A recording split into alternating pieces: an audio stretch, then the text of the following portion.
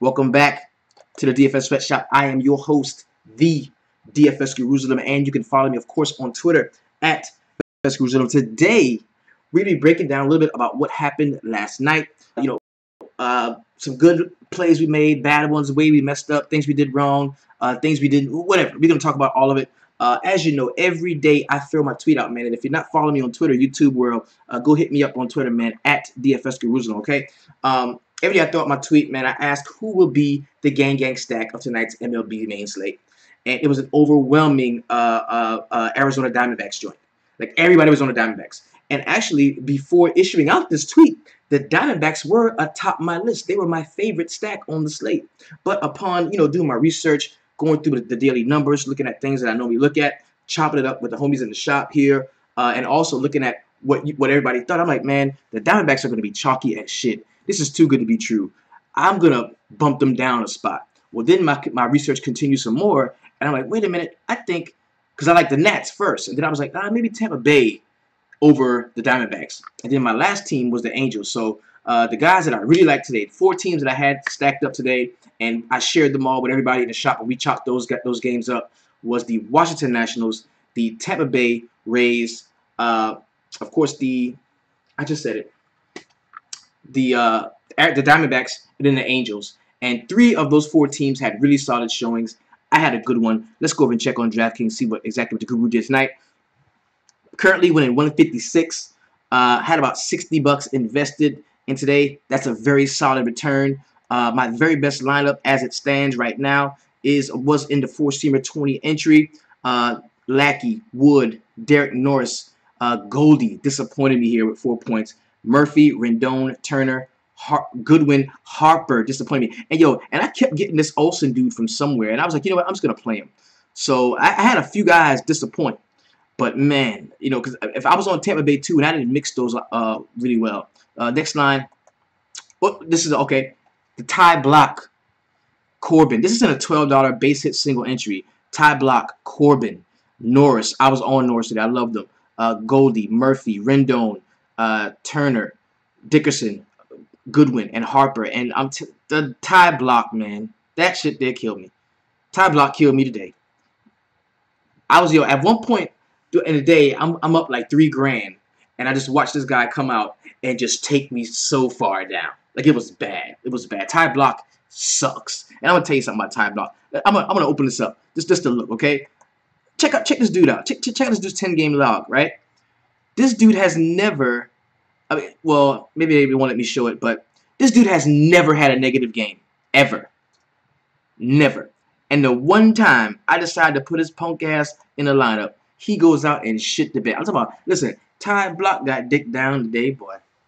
They put it on him. I'm talking about since, from the first pitch to the time the coach was like, the manager was like, man, do you want me to come get you or what? It was like the drunk girl at a party that thought she was sober. It was bad. Like, he was getting knocked all around the yard. It was a train, bro. It was bad. It got to a point to where, you know how, when you got a pitcher that's got negative points, and you're like, man, I hope they leave him in. Don't take him out because he can get some of those points back. I was like, no. I sit his ass down with a negative 16 points. He had negative 16 at one point. I was like, no, well, stop it. Sit him down. Because it looked like he was going to continue to lose. That's how it looked. And they ran him back out there, and he got like 2 or 3 points back and finished with negative 14. But it was bad. It was bad. And another thing, a major shout out too, because one of the homies told me to play the lighter kid. One of the homies in the shop was like, yo, I think you should give the lighter kid a shot. And I was like, you know what? Nah. I'm going to play Blach. And that killed me. Yeah. I could have got off Goldie, moved up to Fulmer, and had Lomo there. Logan Morrison. He had 30. Like, it was crazy, bro. So I know this is normally reserved for basketball, but tonight, Ty Blach, you's a motherfucking snowflake with your old snowflake ass, and I ain't gonna roster your bitch ass again. Now let's get on with the rest of the motherfucking show.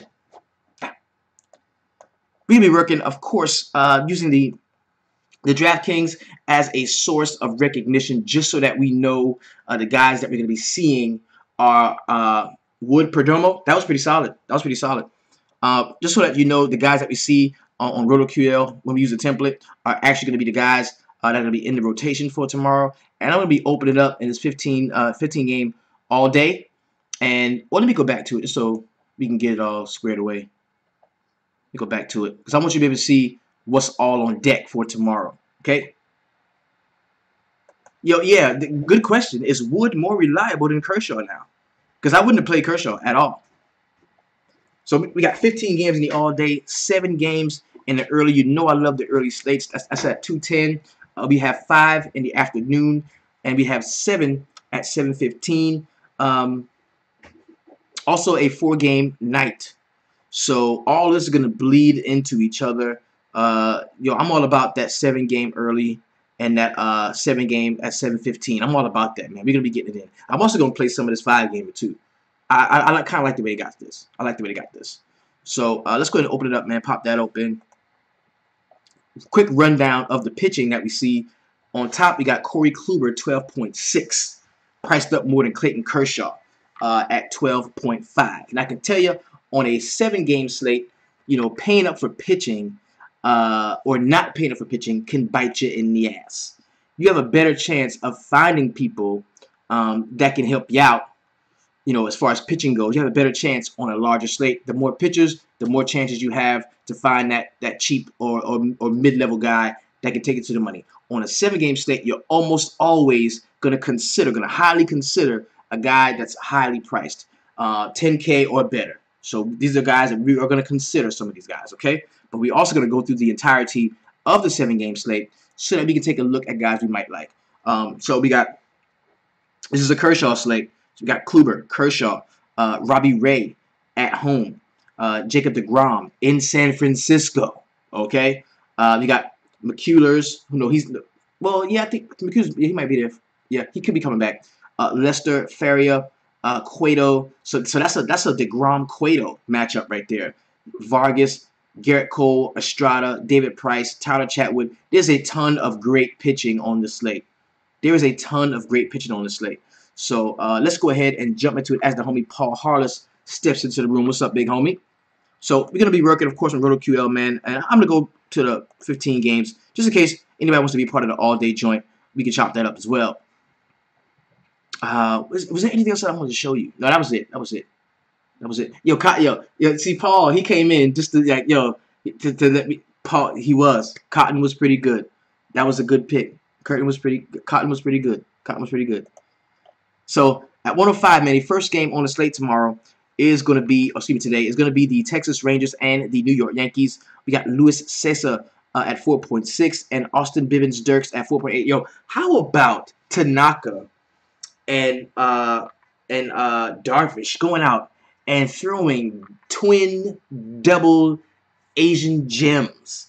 Oh my God, bro! They wasn't gems; those were diamonds. Like, what a pitching performance we saw from them two cats. And I was this close to putting the trigger on Tanaka. I kind of let people talk me off of him because in the first class last night, I was like, yeah, Tanaka's a guy can play. And then everybody was like, hell no, Texas bats and 210 ISOs and da-da-da-da. And that kind of threw me off. But I was, plus I thought I found some other options, But I was so set at first glance on Tanaka at 6.9, and I really wish I would have some exposure to him anywhere. That was one of the best pitchers duels I've seen in quite some time. I was so close to playing. I mean, I had no intention of playing Darvish at all, none at all. But Tanaka, I was very close because he was so cheap. He was 6.9. But today we've got Austin Bivens-Dirks and Luis Cessa. I'm gonna open this up on DraftKings just to be sure we have the correct. Yes, it is. And so you got Bivens-Dirk here at 4.8, very cheap. 7.6, 19.35, 3.1, 3.7. Not bad.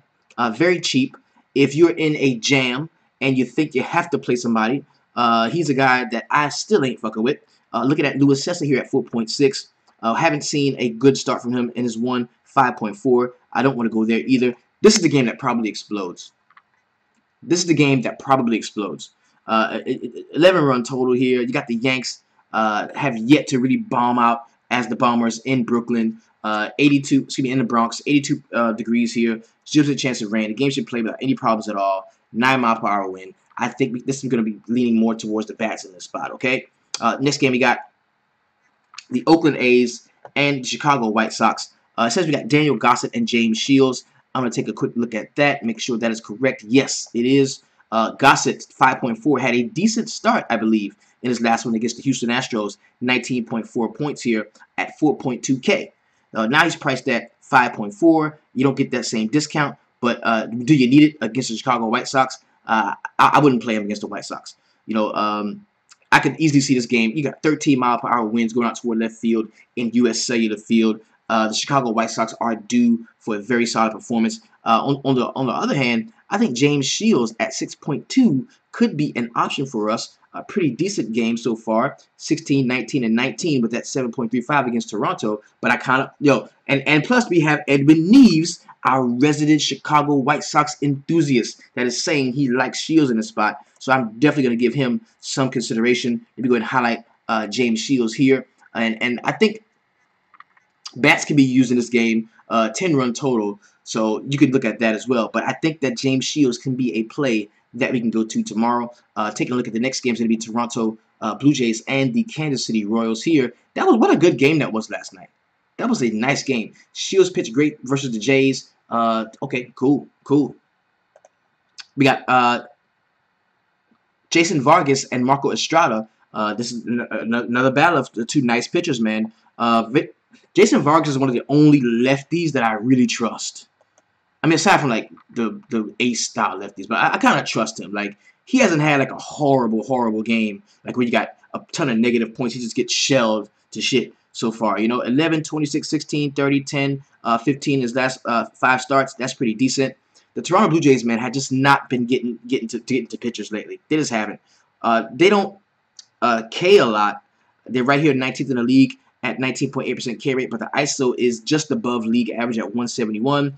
330 Woba here. I mean, the bats could wake up, and it could be a guy that we could attack. But, you know, until I really see that awakening from them, I just can't play a ton of them. Now the one thing that they do have going for them is going to be a ton of lefty-righty matchups. So that might take me off of Vargas some. But the Royals, man, the Royals are really playing well. They really are. You got Marco Estrada here. The price is down on them, baby. Estrada's at 7.8. And, yo, this is where I like to get pitchers that have 40-point upside. This is, of course, against Baltimore, and everybody had their best game of the year against Baltimore. But, yo, if there's any time to play Marco Estrada at 7.8, you're not going to get him. Yeah, the total was 9.5. The total was 9.5. That's a pretty high total. But Estrada in the spot, man, I think I'm going to take a look at him. I really am. I'm going to highlight that. But I know I don't love Vargas, though. This game we got is the Cincinnati Reds and the Washington Nationals here. Let's go ahead and make sure we have the correct pitching. We got Joe Ross and Homer Bailey's. That's who it is. Joe Ross, Homer Bailey. Now, you got the Cincinnati Reds here. Joe Ross had a magnificent start a couple of starts ago against the Baltimore Orioles. Everybody's had their best start against the Orioles at 40.1. Do I like him tomorrow against the Reds? No. If the Reds can hit Strasburg, I think they can get the Joe Ross too. I really think they get the Joe Ross too. Then you got Homer Bailey at 4.4 against the Nationals. No brainer. Do not play either pitcher in this spot. Bats are going to reign supreme here. It's 10-mile-per-hour wind, 0% chance of rain, clear with the humidity of 41%, 89 degrees, ready to go. Don't play any bats in that spot. Next game we got is the Milwaukee Brewers and the Atlanta Braves. There's a 70% chance of light rain again. It's always raining, and Atlanta is the new Seattle. It's always raining in Atlanta. R.A. Dickey at 5.3, throwing the knuckleball to a lot of the Milwaukee Brewers, man. It's going to be Swiss cheese. They're going to hit him. I don't like Dickey. 5.3 is still very cheap. He had a decent start last time, 28.75, and against Philly, 31.95. But these are both teams that really struggle against that knuckleball, man. And I think that the Milwaukee Brewers, they hit those pitches a lot better than the other teams that he did have success against. So I'm not going to be on Dickey. Matt Garza at 5.7. Not a guy that I like. 5'11", 6, 7, 5. Not a guy that I like. I think we can go back to the well in terms of stacking, like a game stack in this one. Not going to have any use for either pitcher in this matchup. Next game we got is the Minnesota Twins and the Cleveland Indians. 14-mile-per-hour wind in Progressive Field going out toward right field. 3% chance of light rain, so the game should play without any incident at all. 59 degrees, 74 degrees with a 59% humidity. We got Kyle Gibson and Corey Kluber. Yo, Kluber is that duber. Like, Kluber is good. Yo, Corey Kluber is good. He is, and he showed it, bro. Corey Kluber is good. He really is. So take a look at his last few starts, man. 49. Was that like the complete game shutout joint? 49 against Baltimore. Yo, everybody has had their best game of the season against Baltimore. You see that? Samuel Jones says the knuckleball is either a hit it or you get shut out type of pitch. And I think they're going to hit it tomorrow. But, yo, everybody's balling out against Baltimore. Kluber, 49.45. So should we kind of curb our enthusiasm on that? Well, he did put up 44 against the White Sox. But, yo, Kluber is that dude, man. He's a beast.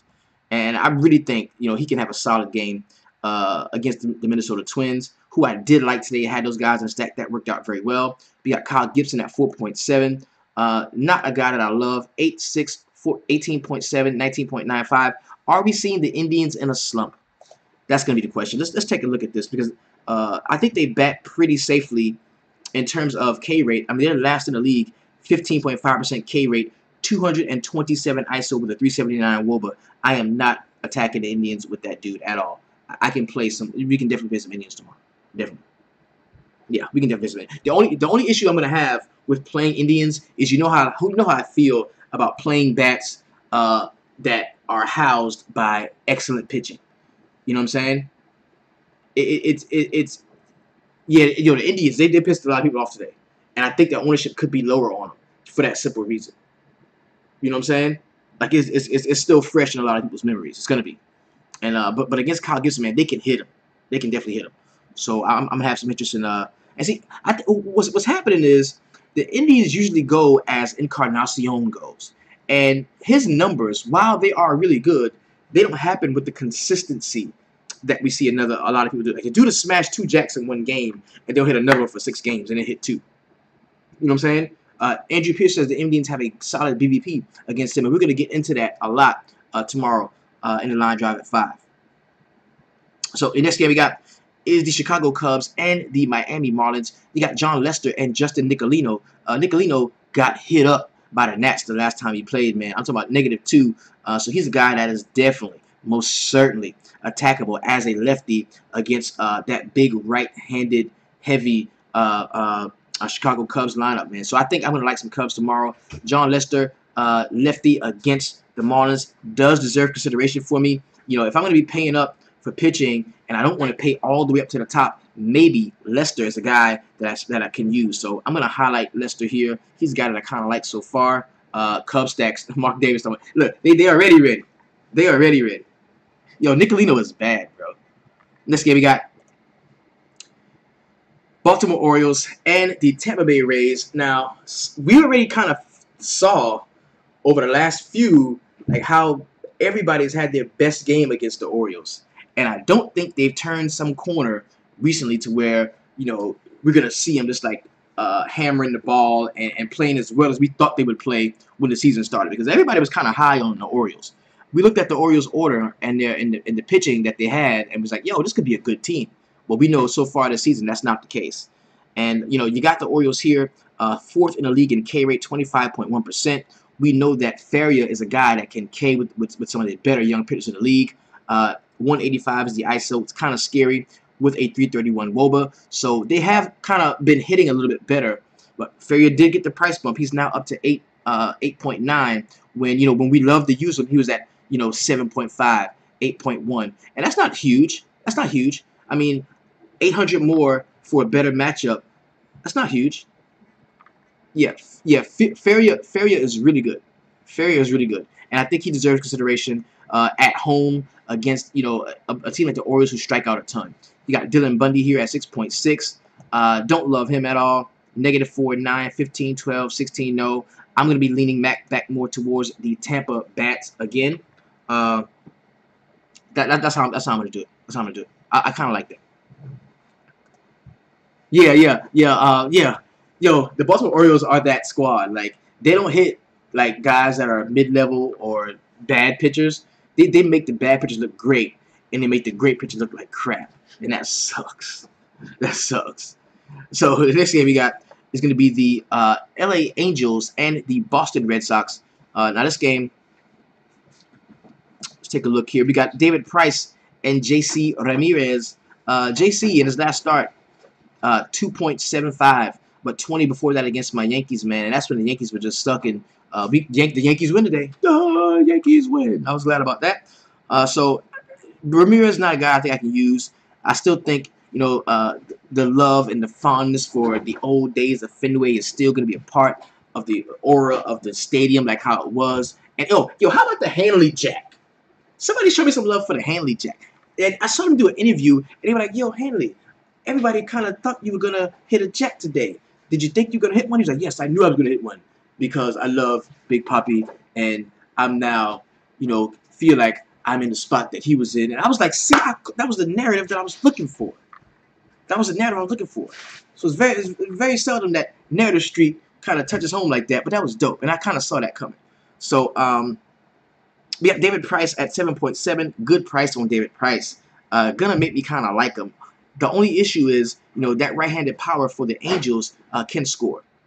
When Sandy Leon hits a jack and a triple, that's when you know that they are like inspired. You know what I'm saying? Sandy Leon, his big slow ass. I mean, I ain't never seen that dude get around the bases like that. He was looking like there was a Krispy Kreme donut on third base. I mean, he was running his ass off. It was good, though. It was nice. So, we got David Price here at 7.7. A pretty decent start early in the season against who else? Who else? Yo. Okay, this dude's best start of the season was against who? David Price against Baltimore. I wish I could. I'm just playing whoever plays Baltimore. Angels don't care. Yeah, man. That's Jeremy Ladd interjected, set me straight really quick. The Angels just are not a team that's going to strike out a lot, man. They're very disciplined at the plate. I'm talking 22.2% K rate. That's good for 13th in the league. 164 is the ISO, right below minimum league average. Then you got 324 for the WOBA. Price, I still like Price. I still like David Price in this spot. 7.7, he's cheap. No Ramirez for me, but I still like Price. I do. I like him. I can't explain it. We got 10 mile per hour wind, bro, in Fenway. That big green wall is not gonna let any home runs go over it, man. I kind of like Price in this spot. Next game we got is the New York Mets and the San Francisco Giants. We have Johnny Cueto priced down like a mug. I'm talking 8.6 in price. That automatically, whenever Johnny Cueto is under 9K, okay, I know we haven't seen a lot of impressive performances from him this year. His high has been 27.5, and I was against Cincinnati. But yo, at home, okay, in a pitcher friendly park, I think that you gotta give Cueto some consideration for two reasons. People are gonna look at this matchup and they're gonna say, yo, DeGrom is the play. Then people are gonna look at what happened last night and say, oh my God, the Mets are the play. And how often does that happen? How often does DFS lay it out that simple for you? Where, oh, this team put up 12 runs last night. Guess what they're going to do tonight? Put up 12 more runs. It just doesn't happen like that in DFS. It's flip-floppy. It's turbulent. There's ups, there's downs. I could very well see, the San Francisco Giants and the Mets game today finish 3-1 in favor of the San Francisco Giants, and Johnny Cueto pitches 7-8 innings, goes deep into the game. So I'm gonna have some exposure to Cueto, and I'm gonna have some exposure to DeGrom. I kind of like both of them, but I like Cueto more because he's cheaper, and I'm frugal, and I want to get the bats that I like.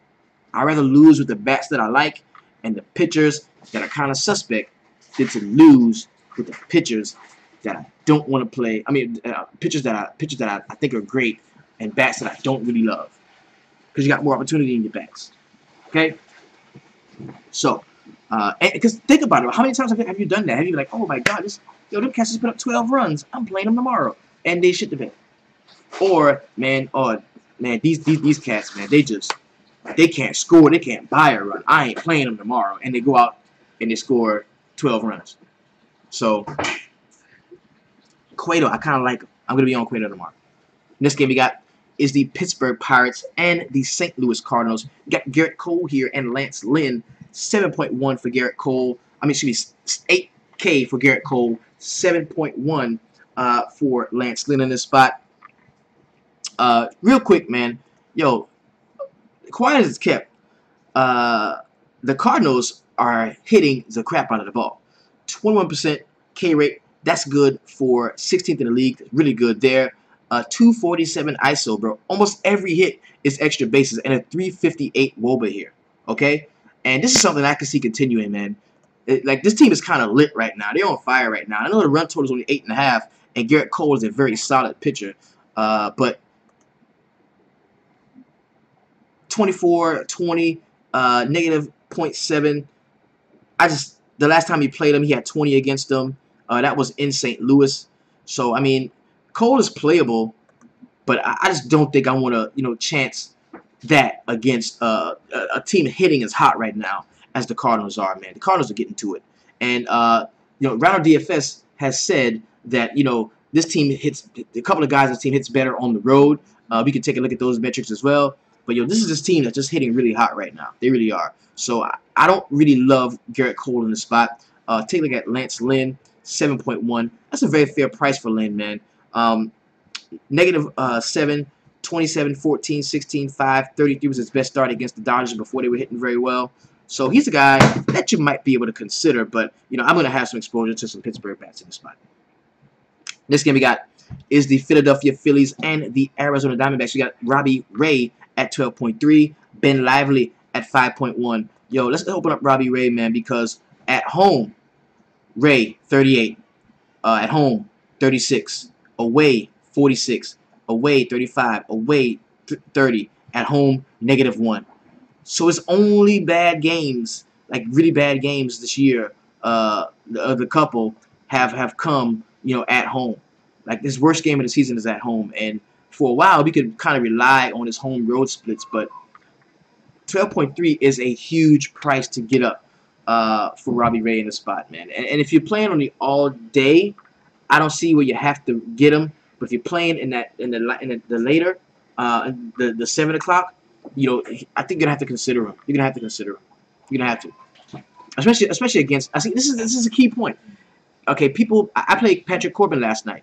Corbin went out and had a decent game. He pitched 6 innings, got like 5 or 6 Ks, gave up one run, and it was good. It was good. I played him. I liked him. Everybody said don't play him. I listened to one of the cats on a guy that I respect. He's a cool cat from Fanvice. Lofty D was like, I'm not playing Corbin. Don't play Corbin. Don't play Corbin. I played him, and it was good. And Robbie Ray, no, I like Robbie Ray. I can play him. No Ben Lively, though, for me at all. Cannot get down with Ben Lively. 14, 7, 9, and 12. I kind of think that the Diamondbacks are going to come out and have a really solid one here, so I don't like them. This game we got is going to be the Colorado Rockies and the Los Angeles Dodgers. Tyler Chatwood 7.5, Clayton Kershaw 12.5.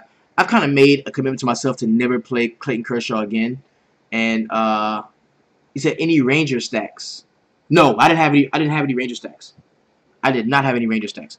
And honestly, the Rangers are only on the all-day slate tomorrow or today. Coming up today, they're only on the all-day. So you won't be able to play the Rangers in the 2 o'clock on DraftKings or the 7 o'clock. They're only in the all-day slate, the 15-game joint. So Tyler Chatwood, 7.4, has had a couple decent starts so far this season. 13, 17, 19, 33. We need to check and see what's up with the homie Corey Seager. He might not be in the rotation, but we know, this team hits left, it hits righties.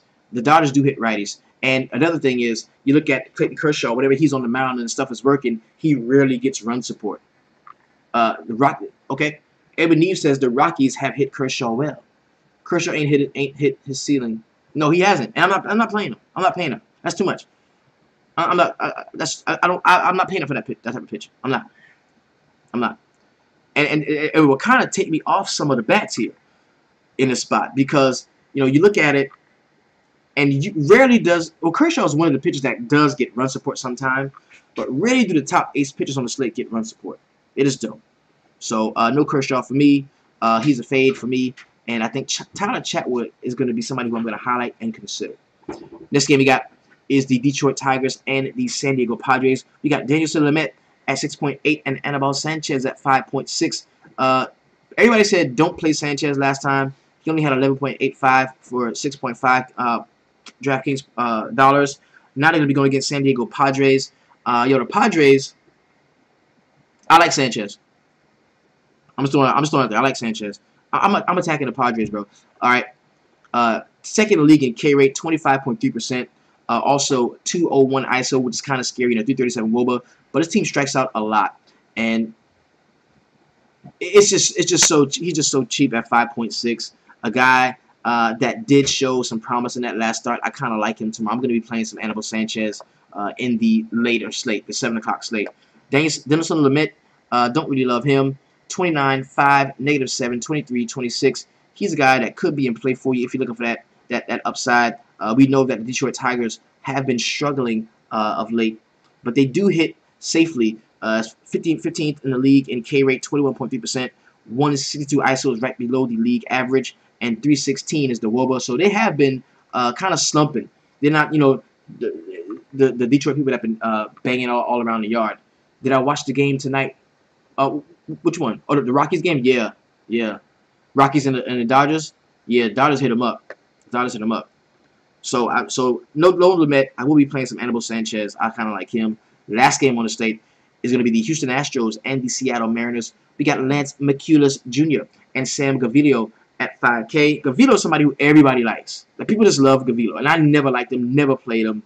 Hasn't had a negative game so far this season. Isn't that something? Every time I jump off of the bridge and I'm like, yo, this dude is like, when I want to justify playing a cheap guy like Blach tonight, I'd be like, yo, this dude has never had a negative game. And the last two dudes that I said that about and played them had negative games. So if you hear me say I'm going to play a guy because he's never had a negative game, don't play him because he's probably going to have a negative game. So Gaviglio, not a guy that I like, especially against the Houston Astros. McCullers Jr. is interesting because, I can play McCullers. The guy's had a ceiling so far this year of 30.8. I can play McCullers, right, for less. Oh, the Padres? Yeah, I did watch the Padres game, yeah. I watched some of it, yeah. I saw who's the dude that had a good one for the Padres? I didn't play any of them. Was it Spangenberg? I think had a nice one. No, not him.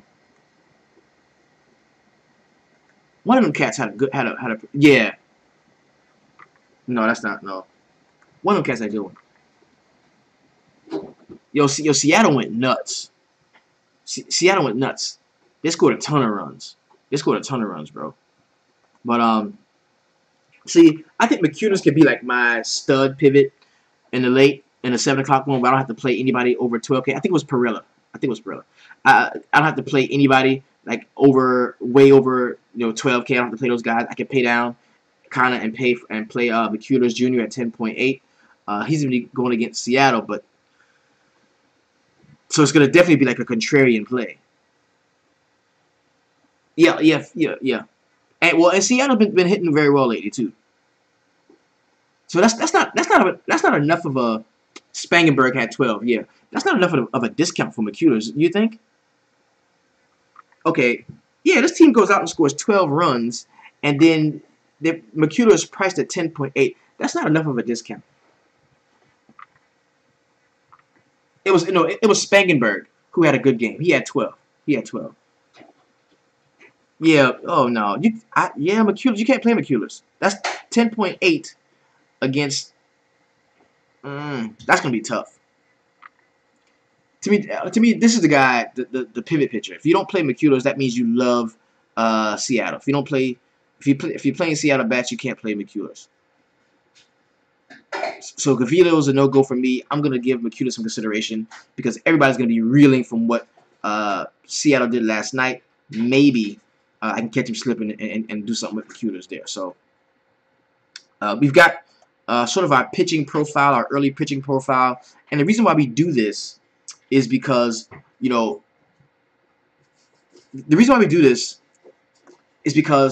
people are making shows right now. They're talking, oh, I like this guy, like this guy, like this guy, this guy, like this guy, like. Oh, I love this, I love that, right? And people are doing that. And I'm gonna tell you, until the actual finalized lineup comes out, I don't give a. It doesn't matter who you talk about. It really doesn't. So you listen to that crap all day long. They go position by position to kind of take you off of your stack, the stack thinking. You know what I'm saying? And then you end up with lines you don't like. Names have been thrown at you all day, and I don't want y'all to think of this as just strictly players. It's not, man. You know, whoever gets the best stack wins, bro. I'm telling you. Look at the top of all the leaderboards. Whoever stacked Seattle tonight got to the money. Whoever stacked Washington got to the money. Because not only did they score, they scored a few runs, but most of their runs was off of jacks, the straight jacks. Like the top 5 of the order, I think it was like 3 or 4 home runs and a couple stolen bases in the top 5 of the order, top 6 of the order for Washington. That's who wins, man. Whoever gets the money, tournament wise, that's who gets the money. People that if you stack the right team, if you stack Tampa Bay, if you stack Seattle, if you stack Washington, you got to the money. And so I don't want y'all to get stuck on that position by position and third base and second base. Like it doesn't really matter, bro. It doesn't really matter what position guys play. You know what I'm saying? It really doesn't matter. Yeah, okay. Yeah, see, there's a couple of dudes from Tampa would pop like that. Featherson is like that. The dude Stevenson, I think his name. He hit the jack, went off.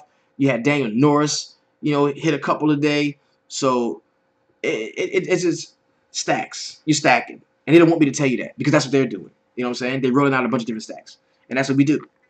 They don't want me to tell y'all that. That's how you get to the money, right? So the pitching that I'm gonna be liking, and this is everybody. This is like from the all day. This is from an all day standpoint. Robbie Ray is the guy that I'll probably pay up the most. If I'm gonna pay up for anybody, it'll be Robbie Ray, but on the late, in the 7 o'clock. Maybe some Corey Kluber in the early, because I think he's a part of the early slate. DeGrom is a guy that I'm going to be considering. McCullers is a guy that I'm looking at as a contrarian play, not to have a lot of. John Lester, because he hurt. Daniel Norris hurt his arm, like he hurt his hand. Positions matter. Positions matter when you're making stacks. If you're making a Toronto stack, because you can't get 2 first basemen. You know what I'm saying? Or it matters if a guy is first base outfield eligible. Then well, I don't have to spend my first base slot. I can put him down as an outfielder. You know what I'm saying? And then still get another first base. It matters in that respect. But I'm talking about, Shields in the early. Yeah, I think Shields in the early.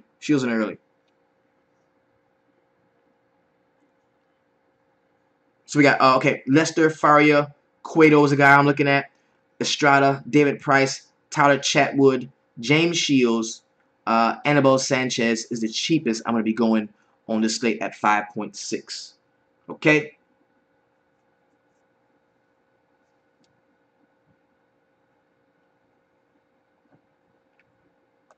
Is that what you're talking about, Jeremy Ladd? Are you talking about the guy? It matters. It matters how you mesh your team. It only matters if you got 2 first basemen in the lineup. I like Ferrier. I'm on Ferrier. I like him. I think he's in a good spot. I can play him without question. Ferrier is a guy that I like against Baltimore. Go check back on everybody that's had their best game of the season, and I guarantee you a lot of them will be against the Baltimore Orioles. So give me Jacob Ferrier at home against the Orioles. I'll take a shot on that any day. I'm there. I like it, and especially since he's in the same slate with the early one. He's in the early slate. I like him. I'm on Ferrier. And don't get me wrong. Don't get me wrong. Because when a guy has dual eligibility, it matters. But what I'm talking about specifically is the order, the batting order. And a lot of times you can say when Toronto batting order comes out, most of the time you're gonna have Morales and Smoke 4, 5, 5, 6. Well, if you really want to get a stack, you're not gonna be able to stack 2 first basemen. You have to go to somebody else down at the bottom. You know what I'm saying? Or in a different place in the order. So, but what I want people to understand is, especially on a large slate, people say, "Oh, man, ownership don't matter." Yeah, it matters. It's just not individual ownership. It's stack ownership. You know what I'm saying? Because I looked at what was I looking at today? The ownership on the Nationals. The National stack I had, right? In the $12 buy-in. Bruh. Nobody really wanted them. Nobody really wanted them. Nobody wanted them at all. Nobody wanted them. Like, of course you had Bryce Harper was at, like, 23% owned, but he's Bryce Harper. That happens.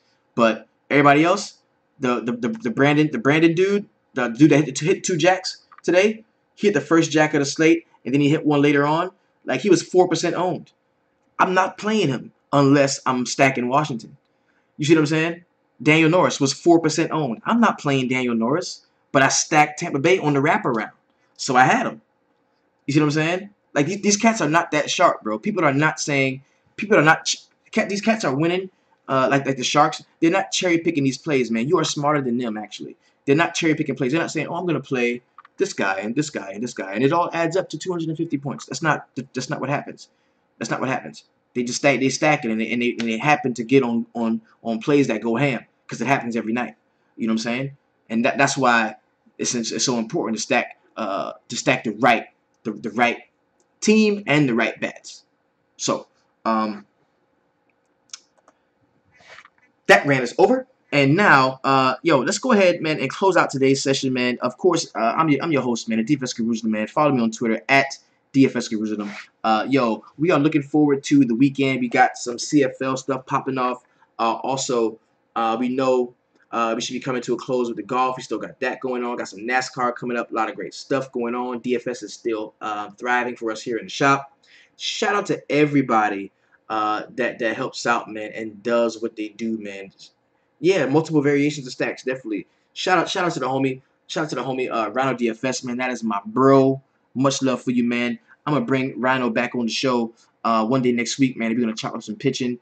Shout out to the homies over at Wise Take, the big homie, Paulie D, Chris, CK, all of them cats, man. I was on this show a couple weeks ago. Shout out to them. Shout out to Cam ATL, Vaughn Harris, Ryan Kostrowski, of course, the Godfather Gundecker. Shout out to all of y'all, man. Thank y'all for what you all bring to the DFS stuff, man. And we gonna continue to rock, man. So if you are, if you play on FanDuel, keep it 250. If you play on DraftKings, keep it 200. If you are a member, a loved, cherished member of the DFS shop, keep it 300. Peace. I'll see y'all in the line drive at 5. Yo, and I'm gonna try to do something. Tomorrow is Saturday. I'm a barber. I'm gonna try to do something before 2 o'clock when the lineups come out. I'm gonna try to do something, man. If I gotta go sit outside in the car and we go through it together, I'm gonna make something happen. All right. So peace, man. Y'all hold it down. I will see y'all later on in the midday line drive, and then I'll see you again at 5 in the line drive at 5. So peace, man. Y'all hold it down. We out.